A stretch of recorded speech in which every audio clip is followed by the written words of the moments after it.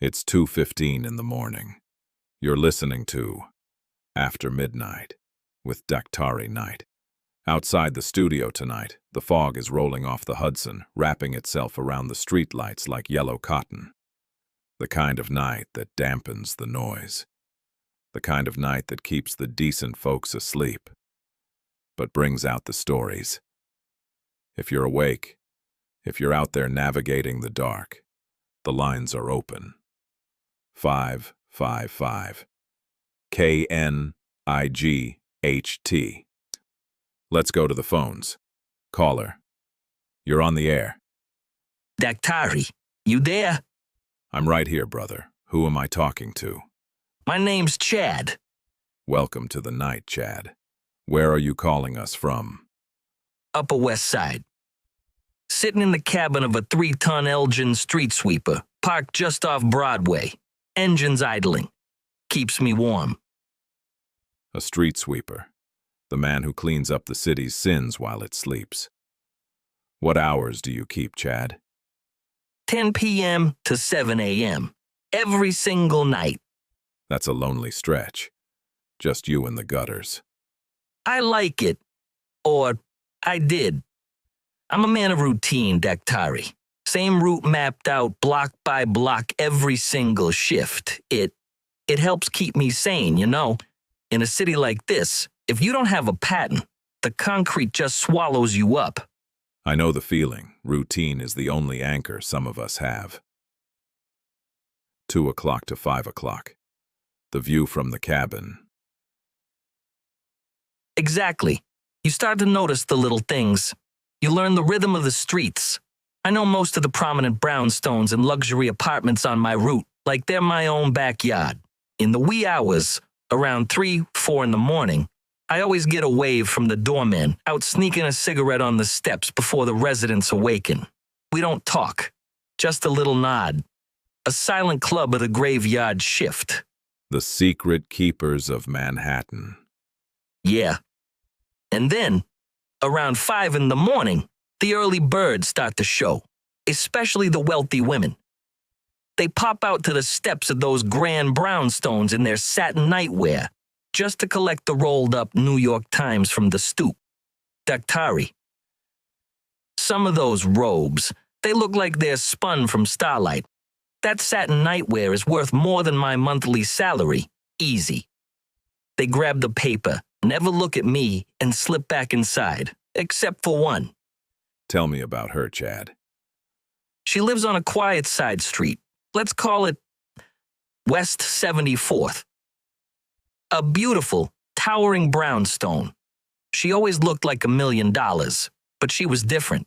She was the only one who consistently popped out just as my sweeper turned the corner and drove up her street. Like she was waiting for the sound of my brushes. A coincidence? Or timing? Timing. Definitely timing. But there were things that didn't fit. Even in her satin robes, looking gorgeous. I started noticing bruises, heavy dark marks on her arms, and it would be 5 o'clock in the morning, pitch black, and she'd have sunglasses on. Or a heavy, thick layer of makeup. Way too much makeup for a woman just grabbing the morning paper. A mask. She was hiding something from the world. That's what I figured. I wanted to say something, but what does a street sweeper say to a lady in $1 million brownstone? Nice robe. Sorry about the black eye? You don't do that. You mind your business. But yesterday everything changed. I was grinding up West 74th.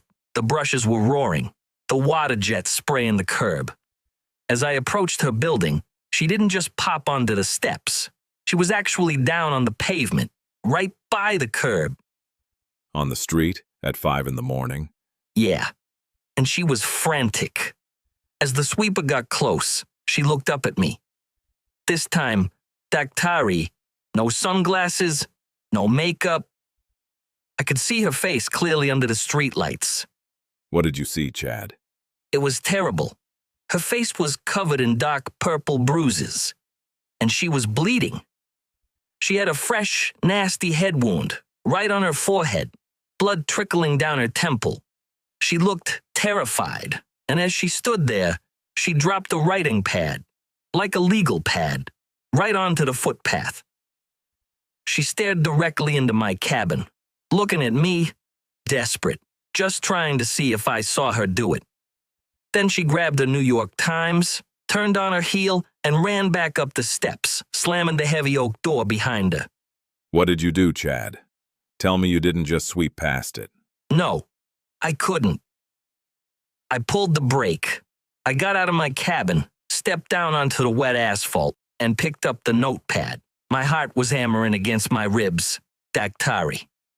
I got back in my cabin, put the sweeper in gear, and drove around the corner, parking under the shadow of a scaffolding so I could read it in peace. Under the dashboard light. And what was written on that pad? The first thing that made my stomach drop was that she knew my name. I don't know how. Maybe she saw the badge on my uniform through the window over the months. But she wrote, "Help me, Chad. I am a prisoner in my own home. My husband and his brother keep me inside all day. The only daylight I see is when I pop out to get the paper." A prisoner in a multi-million-dollar fortress on the Upper West Side. Chad, did the note say why? What is the reason, do you think, that they're keeping her locked inside like that? It did. She wrote it all down in frantic, messy handwriting. It turns out her husband and his brother were running a massive scam.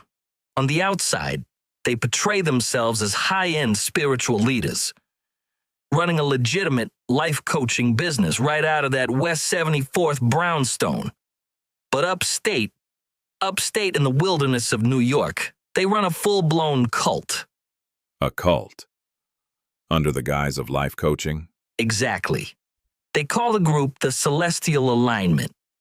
They worship life in another galaxy. They tell these wealthy, desperate people that the Earth is decaying and they need to prepare their souls to ascend to a galaxy called Aurelia 9. The classic cosmic trap. Feed on the lonely, sell them the stars. Yeah, but they do it in luxury, Daktari. They have this massive compound hidden in the mountains, disguised as an ultra-exclusive health retreat called the Nova Vista Springs Sanctuary. Over 500 people live up there in high-end luxury bungalows. To get in, these people hand over their entire life savings, millions of dollars. And because they're well-fed, pampered, and accommodated to their liking, they don't realize they've been fleeced. They have a staff of 10 people up there running spiritual exercises and sitting around campfires at night, staring at the sky, worshiping a galaxy that probably doesn't even exist. A gold-plated cage in the wilderness. And the husband? The husband and his brother are the masterminds. But they can't leave the Manhattan base unsupervised. The note said, it's always either the husband or the brother at the brownstone, keeping up appearances, running the life coaching front, and keeping an eye on her. She knows too much, Daktari. She knows the whole thing is a sham to fleece rich retirees. When clients come to the house for coaching, they lock her in a room upstairs. She's their captive audience, their liability. And she chose you, the man of routine. She knew you'd be there at 5 a.m., rain or shine. She did. I need to protect her, Daktari. I can't use a real name on the air in case they're listening. So let's call her Clara. I need to get the police, but I didn't know who to trust. She wrote that they have friends in high places. She says she's locked up because she was going to go to the district attorney, and her cry for help is, oh no. Chad, what's that sound? There's a male running up to my sweeper. He just came around the corner from 74th.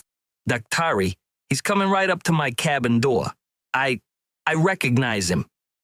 It's the brother. He's looking at me through the glass. He's got his hand in his coat pocket. Chad, lock the doors, put the sweeper in gear, and drive. Do you hear me? Drive away. He's yelling. He's telling me to roll down the window. He's asking what I took off the street. I must go. I gotta get out of here. Daktari, I'll call you tomorrow. Maybe after midnight. Chad, if you can hear me, get to safety. Sometimes the routine we build to keep us sane is the very thing that drags us into the light. A woman in satin robes, a golden cage in the mountains, and a street sweeper who saw too much. Wherever you are tonight, Chad, keep moving. This is After Midnight with Daktari Knight. If you're out there, and you're running, I hope you find a corner they can't turn. The lines are still open. 555. KNIGHT. But tonight, the streets feel a little colder.